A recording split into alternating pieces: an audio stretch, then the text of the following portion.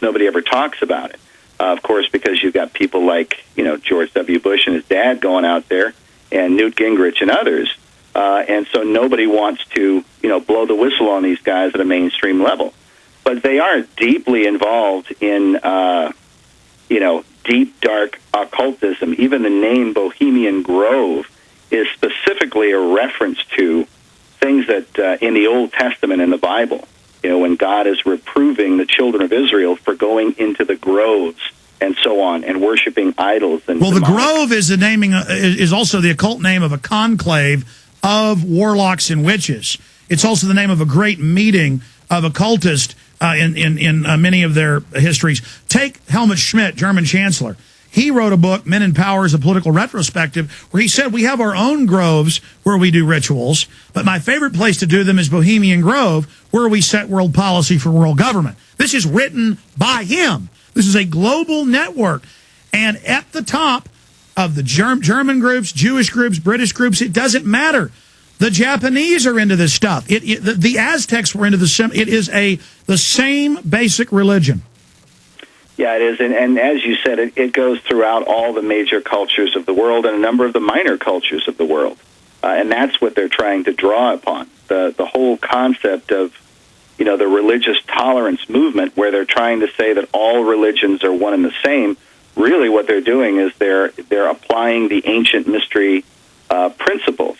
If you study, for example, Eliphas Levi, who we talk about in our films, probably the most influential occultist of the last 200 years, influenced Albert Pike, Madame Blavatsky, Aleister Crowley, Manly P. Hall, and then the whole Scottish Rite Freemasonry. Many Masons don't realize that Albert Pike incorporated, whole chapters of Levi's writings into his book Morals and Dogma. Well, Levi was a full-on Luciferian Satanist. He's the guy who designed the Baphomet image with the goat-headed god with the flame above his head. Let's talk about him when we get back and the newest film, Eye of the Phoenix. Chris Pinto is our guest. Again, you can get all three of these amazing films at Infowars.com while you're pre-ordering. It ships next week. Fall of the Republic premieres October 21st at PrisonPlanet.tv. We'll be right back with Chris Pinto.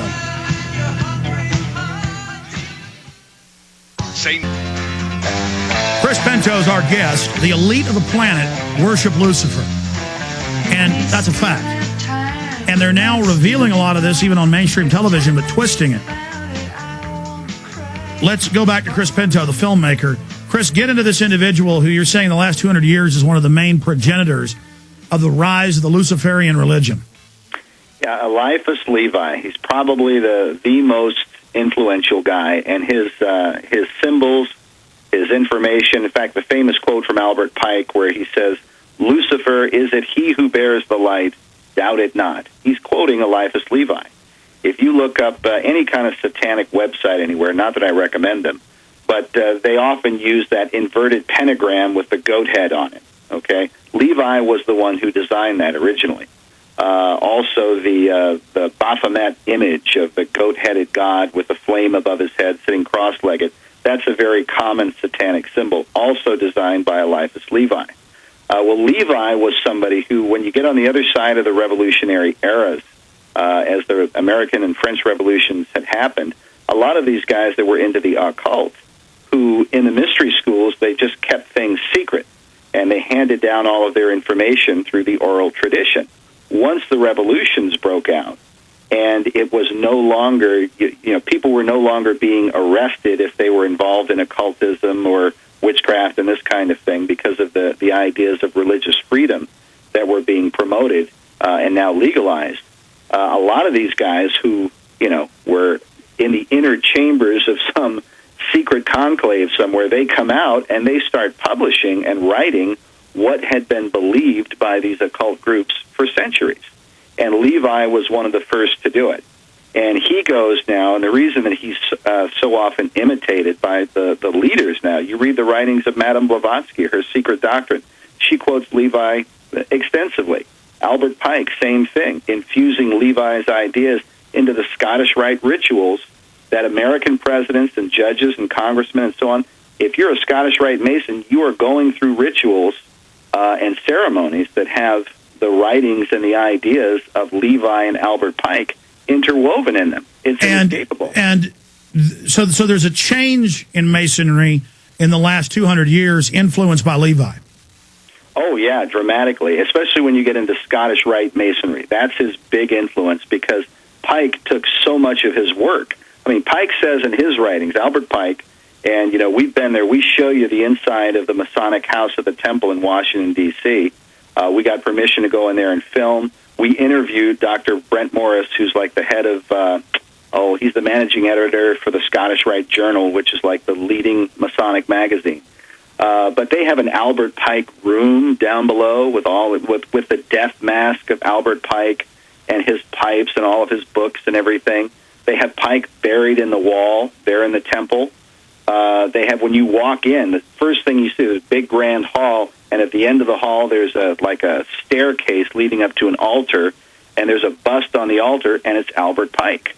The reason I say these things is because sometimes the Masons will try to marginalize him and say he's not that important because he has all these quotes pertaining to Lucifer.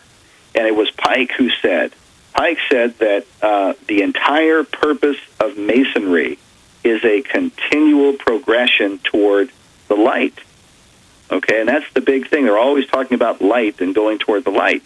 And then Pike says in his writings, Lucifer, is it he who bears the light? Doubt it not. So what they're leading their members toward, whether they know it or not, is ultimately toward the full-on worship of Lucifer. And by the way, George Washington, as you know, before he died, spoke out against as a lot of other senior Masons did. But you talk to low-level Masons, they're like, oh, my rituals have nothing to do with this. You can show them Morals and Dogma, Albert Pike. You can show them Manly P. Hall. These are the big grand Masons of the last 200 years, and they just won't look at it. They're in denial. Yeah, they are. And what they've done is they used to give everybody, Alex, they would give them Pike's book, Morals and Dogma. Then they stopped doing that, I think, because it was just too controversial. Now they give the Masons another book called A Bridge to Light, okay, which is like a smaller book, and it's edited by some other modern Mason. But what they've done, the entire book, even A Bridge to Light, is just like the Cliff Notes of Albert Pike's writings. It's an abbreviation of his writings. And I think that is done possibly to deceive some of these Masons so that they don't think that they're being directly involved with Pike's Luciferianism, but there's no way around it. He is interwoven in Scottish Rite Masonry. And I've been to lodges, I've visited lodges out in California and so on where you walk inside. I confronted some Masons out in California out there, and they tried to get me to, well, come down to the lodge and just visit us one day and you'll see. And so I said, well, stay there. I want to hear about what happened with this confrontation with Chris Pinto straight ahead. We're on the march. The Empire. I promised to do this when we're live on PrisonPlanet.tv. Then we're going to go back to our guest. I was mailed the Houston Post. They don't even have this newspaper anymore, I don't think. Flu shots defended, but growing number of elderly refusing vaccine. This is from May 5th, 1970. And then they had the big swine flu fear-mongering, broke out on a military base, killed some people. And then they forced that inoculation on America, and a bunch of people died, so they had to stop. Growing number of elderly refusing vaccine, believing it causes health problems. Next week, I'm going to leave this on my desk, maybe even Sunday, I'm going to read this on air. Houston health officials were faced Thursday night with more physician cancellations for swine flu vaccine and a growing number of elderly persons refusing to take their shots. But the Texas Department of Health Resources announced earlier in Austin that statewide flu vaccine program would resume Monday, trying to force it on people. They're never stopping. It has been suspended following the deaths of several persons who have been given the vaccine. Federal scientists ruled out the vaccine as the cause of deaths, but then a few years later they admitted it. And we now have this happening again right now. And meanwhile, I have these articles where German military is refusing to take it. We've got swine flu fears grow as NHS staff, National Health Service staff in England shun the vaccine.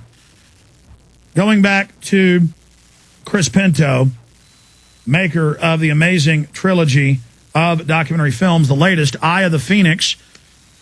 We have all three of the films together in a discount 3-pack at Infowars.com while you're there pre-ordering. Comes out next week, Fall of the Republic.